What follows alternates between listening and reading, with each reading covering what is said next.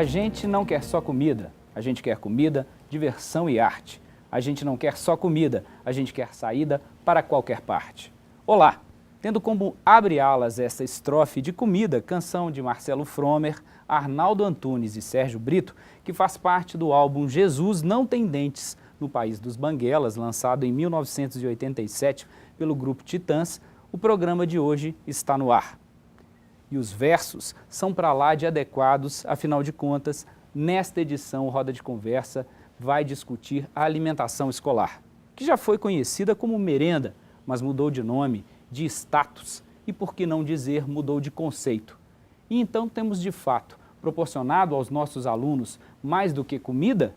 Estamos conseguindo ter sucesso na missão de oferecer uma alimentação adequada, nutritiva, balanceada em nossas escolas públicas? Quais são as exigências legais e como são divididas as responsabilidades entre os entes federativos? Tudo isso e muito mais no Roda de Conversa, que começa agora.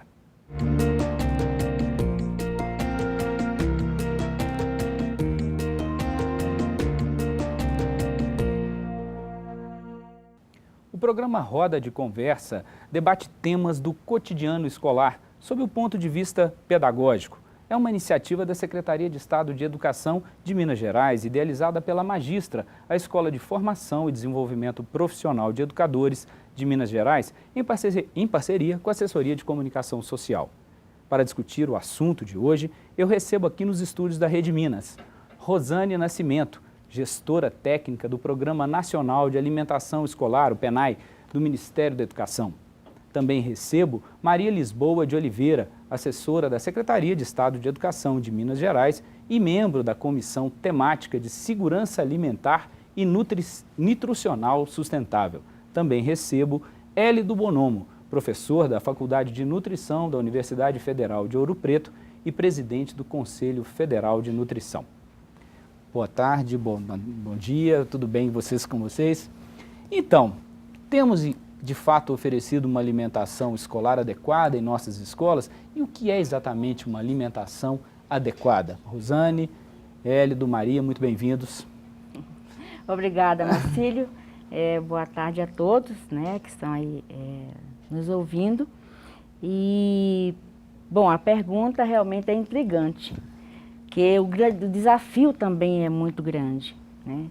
Nós garantirmos e assegurarmos essa alimentação adequada aos nossos estudantes da rede oficial de ensino é uma pergunta que sempre nos persegue, e para dar essa resposta por parte do governo federal, por parte da gestão federal do Programa Nacional de Alimentação Escolar, ou melhor, eu diria, da política pública de alimentação escolar, porque recentemente nós temos, a partir de 2009, uma legislação específica para a política pública de alimentação escolar. Então, do ponto de vista normativo, do ponto de vista de princípios, do ponto de vista, digamos, de diretrizes gerais de um programa, nós evoluímos muito, né? Ou seja, hoje a política pública de alimentação escolar conta com um marco legal bastante ousado e avançado para que a gente realmente alcance esse objetivo.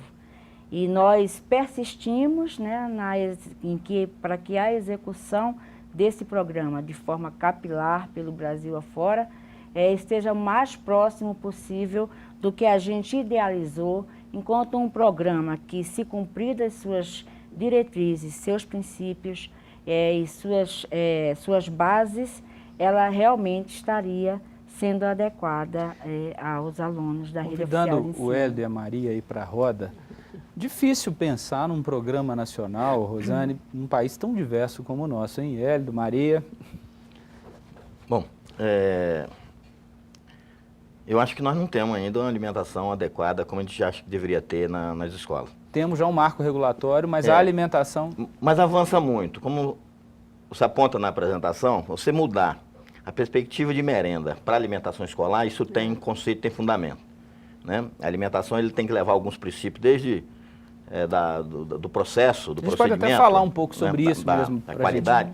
Quer dizer, tinha uma concepção de merenda aquilo que você faz, com uma pitada de sal, um pouquinho de fubá, um pouco de água, você faz rapidamente, você joga num balaio só e você faz. Não, acho que tem uma preocupação de levar em consideração as necessidades mínimas que deve ter uma escola ou uma pré-escola, né? Tem uma recomendação de mínimas necessidades diárias, isso está na recomendação. A variedade das refeições, as ofertas de alimentos in natura, pelo menos 70% recomendado de alimentos in natura, que você leve em consideração as especificidades de determinadas patologias, inclusive, né, que as crianças ou os adultos possam ter. Então, por ficar uma parte do tempo importante na escola, e ser a escola um equipamento importante educacional, também a escola serve como um espaço para educação alimentar e nutricional. E, portanto, aquilo que você faz somente com uma chama de fogão e uma panela, ele pode até ser utilizado, mas não pode ser a rotina. Não deve ser a rotina nas escolas brasileiras. Quer dizer, utilizar. Hoje nós temos 46 milhões, mais ou menos, de pessoas nas escolas conveniada ou em parceria com o governo federal, seja do Distrito Federal, dos estados, dos municípios. Isso é praticamente um quarto da população brasileira. Então nós não podemos abrir mão desse equipamento que é fantástico para você introduzir rápido. Mas acho que é um caminho. Marco legal é um caminho. O outro caminho são os gestores assumir o compromisso com elementos técnicos e com recurso financeiro para que possa chegar naquilo que é previsto como diretriz, princípio, que a Rosane apontou aqui na legislação que nós temos. E você imagina que Minas Gerais, com 3.800 escolas... 3.680, para ser exato, 86, né? O quanto é difícil você conseguir oferecer em cada uma dessas escolas, né, essa alimentação adequada. Mas, realmente, Minas tem uma coordenação muito, muito forte nesse sentido. E a gente tem conseguido, realmente, muitas experiências, muitas escolas, conseguindo, né, alimentação da agricultura familiar, conseguindo cardápios que são sempre orientados, né, pela secretaria, mas cardápios próprios até, regionalizando um pouco. A própria secretaria orienta, você pode substituir esse alimento por este, né, se for regionalmente mais aceito. Porque um desafio é você também fazer uma alimentação que agrade a criança, ao jovem, né? Agora vai até o ensino médio, alimentação escolar.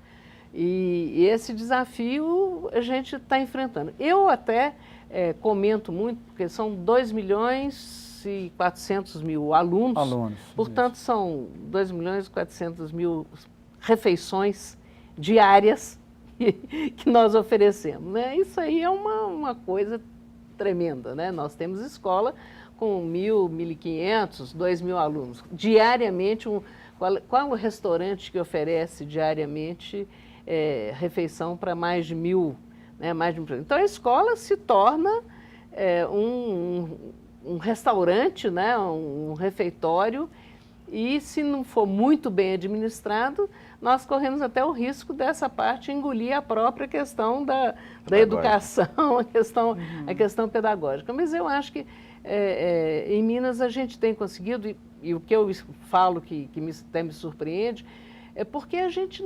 praticamente, eu acho que para esse volume, a gente não ouve falar de problemas, né? Problemas tipo intoxicação, etc., nesse estado. É impressionante. E eu acho que isso tem muito a ver também com o próprio cuidado da cantineira. Eu sou muito impressionada com a dedicação que as cantineiras têm para fazer o alimento, para oferecer para as crianças, para tratar as crianças. As diretoras são umas verdadeiras donas de casa e que têm de ter muita competência para adquirir o alimento, né, para selecionar esse alimento, para prestar conta desse dinheiro.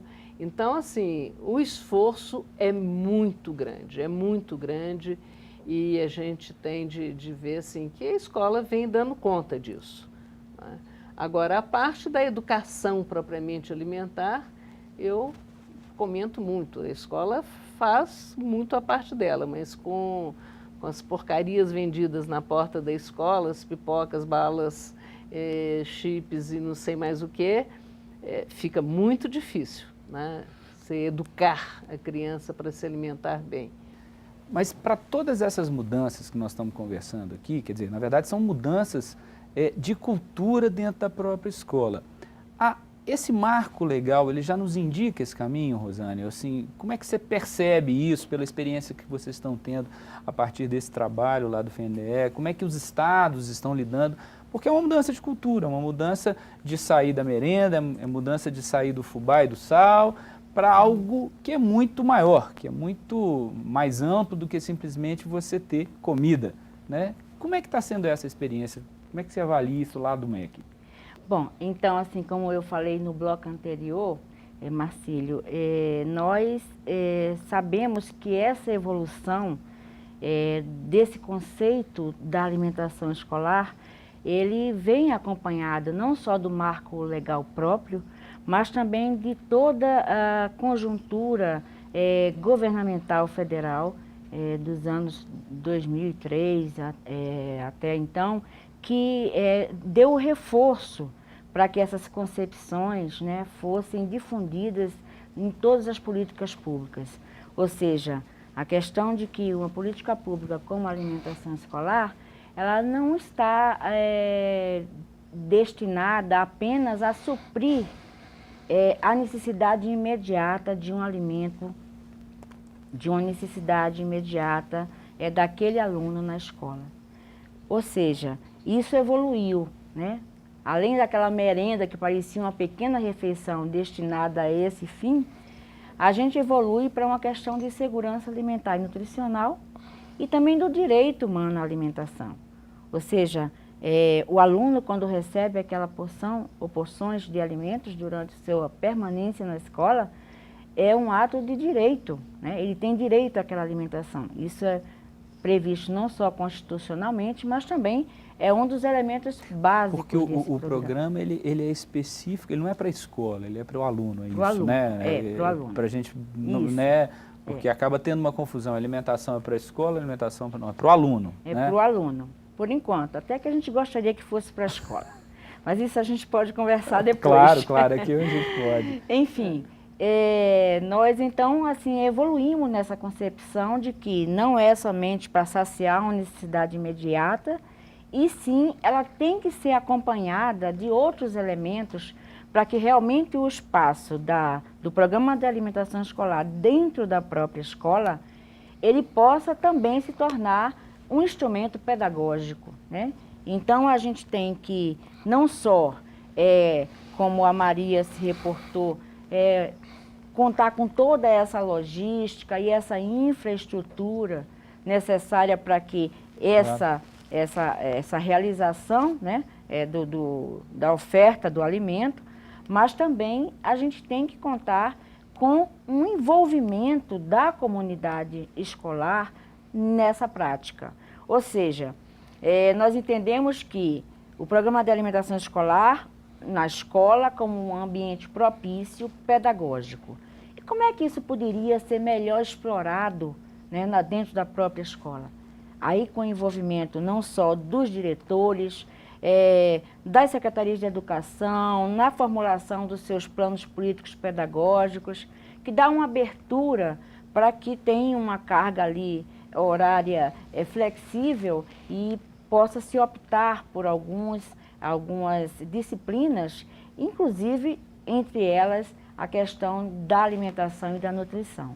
Então assim pode ser explorada pela disciplina de matemática, pela disciplina fazer contas com alimentos saudáveis, calorias, com frutas, com legumes, a questão da ciência, que já é um pouco mais adiantada nesse sentido. Né, a própria geografia, trabalhando a questão da obesidade. Exatamente, a distribuição da obesidade, os percentuais em matemática. Enfim, tem uma gama de potencial, né, da ferramenta alimentação e nutrição, alimentação escolar, ser internalizada por quem faz, a comunidade escolar como um todo. E com certeza a gente sabe que no ambiente escolar, e quem aqui tem filho, né, ou tem sobrinhos, ou tem convive primos, com crianças, né, sabe o quanto que o eco do que vem da escola para dentro da casa, para a comunidade, né? e quantas vezes o que a professora falou na escola vira tema de discussão em casa, porque o pequeno traz, a professora disse isso, a tia disse aquilo, enfim.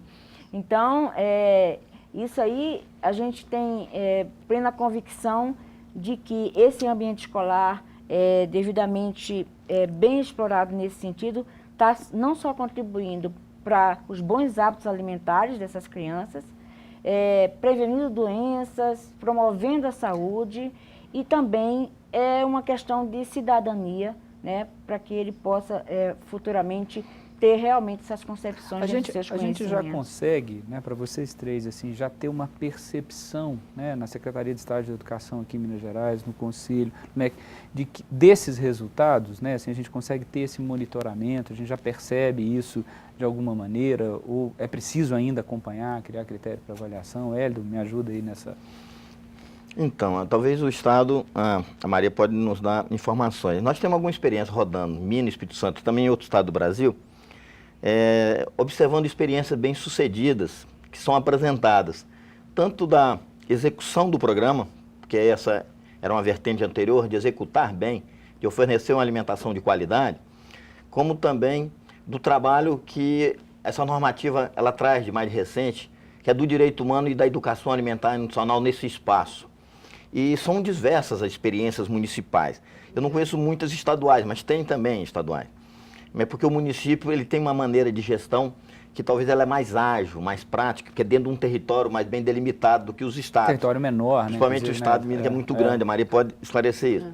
Mas já tem algumas experiências, né? Eu não sei em que percentual que a gente tem no Brasil, né? De conceber que o programa de alimentação escolar, embora ele seja uma ordenação nacional, com diretrizes nacionais, mas os entes federados têm as suas autonomias para tocar, seja o Distrito Federal, seja o Estado ou o município, eles têm um ordenamento próprio, eles podem estabelecer linhas de ações muito próprias, né? Nessa perspectiva de que a alimentação escolar é um direito, que a alimentação escolar tem populações específicas, com necessidades especiais, que precisam ser olhadas, diabético, doença celíaca, anemia falciforme, os obesos, os dislipidêmicos, né? Tem uma população que ela precisa ser olhada, porque é uma parte das refeições, pelo menos 20% das necessidades diárias está na escola. Se você for pensar que a alimentação escolar não é só para ensino fundamental e médio, também tem a pré-escola, tem a creche, são mais que uma refeição, quer dizer, numa creche o ensino integral é 70% das necessidades. Então veja bem que espaço fundamental, tanto para acessar alimento de qualidade, quanto para produzir momentos de educação alimentar, que, como a Rosane aborda, tratar o problema da alimentação escolar no ambiente escolar tem que envolver a comunidade escolar, que aí é a família, são os educadores, são quem produz as refeições, são os cozinheiros, cantineiros, né, são os professores, direção da escola. Então já tem alguns exemplos, talvez em algum momento pudesse até pensar e pegar depoimento dessa experiência bem-sucedida da gestão e de educação também, né? Tem experiências bem-sucedidas de trabalhos educativos e para fora da escola. Junto tem às experiência. famílias, Eu nós temos vou fazer um experiência. convite para vocês, como a gente está num horário aqui para o intervalo, né? A gente vai para o intervalo e a gente volta para tentar discutir, inclusive, essa possibilidade de experiências, inclusive com o exemplo que nós temos. Ok. A gente vai para um rápido intervalo, daqui a pouco a gente volta.